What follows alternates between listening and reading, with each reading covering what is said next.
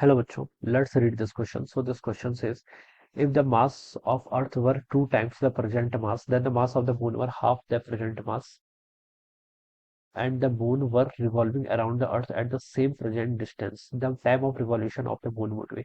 Time of revolution बताना है अब आपको, टाइम पीरियड ऑफ रिवॉल्यूशन बताना है, ठीक है। तो चलिए बच्चों, इस क्वेश्चन का की कॉन्सेप्ट ना आपको टाइम पीरियड लिख लीजिए। आपको क्या बताना है? टाइम पीरियड ऑफ रिवॉल्यूशन बताना है, ठीक है। तो टाइम पीरियड ही इस क्वेश्चन का की कॉन्सेप्ट हो जाएगा, ठीक है। ऑलराइट, अब बच्चों देखिए इस क्वेश्चन को स्टार्ट करते हैं। देखिए हमसे बोल रखा है कि कोई प्लान एक आपकी अर्थ के चारों ओर मून रिवॉल्व कर रहा है, ठीक है। ये मान लीजिए आपकी अर्थ है, ठीक है। अर्थ का मास आपका ME है, ठीक है। यहाँ पर आपका मून क्या कर रहा है? कोई रिवॉल्व कर रहा है, ठीक है। मून का मास मैंने स्मॉल m से रिप्रेजेंट कर दिया। ये इनके बीच की डिस्टेंस है, मान लीजिए R, ठीक है। तो टाइम पीरियड देखिए कैसे डिफाइन करते थे। टाइम पीरियड होता था, देखिए कितना डिस्टेंस ट्रेवल कर रही है। देखिए एक कंप्लीट राउंड करने में इसका डिस्टेंस करेगी 2πr के इक्वल ट्रेवल, डिवाइडेड बाय इसकी स्पीड v के इक्वल है। और v देखिए हमने पढ़ा है ऑर्बिटल वेलोसिटी वाले एक्सप्रेशन में √gm/r के इक्वल होती है, ठीक है।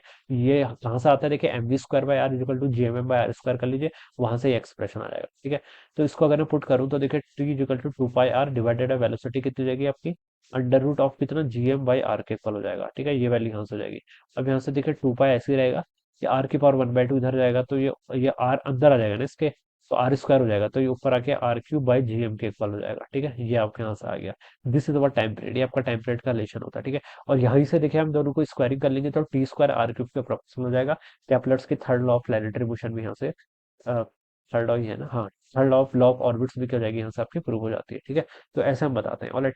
बच्चों देखिए हमसे बोल रखा है कि अब क्वेश्चन में क्या बोला गया कि mass of earth were 2 times अर्थ। देखिए यहाँ पर जो कैपिटल M है ये अर्थ का मास है, ठीक है। यहाँ पर हमने स्मॉल m की तो बात ही नहीं करी है अभी, ठीक है। प्लेनेट के मास पे तो जो आपका रिवॉल्व कर रहा है, ठीक है, सैटेलाइट, उसके मास पे तो डिपेंड ही नहीं करता है, ठीक है। तो देखिए यहाँ पर हमारा जो नया टाइम पीरियड है, मान लीजिए टी डैश है, किसके इक्वल होगा?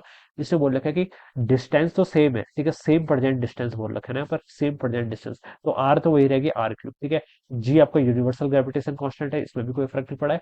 बस मास ऑफ द अर्थ को चेंज कर दिया, 2m कर दिया, तो ये आपका कितना हो जाएगा? 2m हो जाएगा, ठीक है। तो यहाँ से देखिए ये कितना आ जाएगा आपका?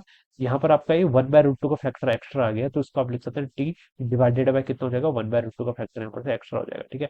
टी टाइम्स आपका 1/√2 हो जाएगा। तो ये आपका टी डैश यानी कि नया टाइम पीरियड हो जाएगा।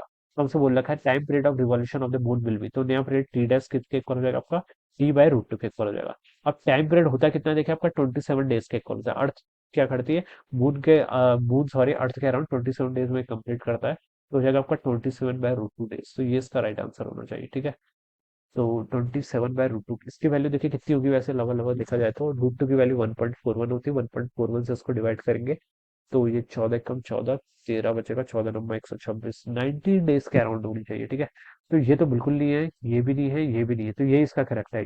ये इसलिए करेक्ट है क्योंकि इसने 28 डेज ले रखा है, ठीक है। 28/√2 करेंगे तो ये कितना हो जाएगा आपका? 14√2 पे इक्वल आ जाएगा, ठीक है। तो ये आंसर इसका सबसे ज्यादा क्लोजेस्ट है, ठीक है।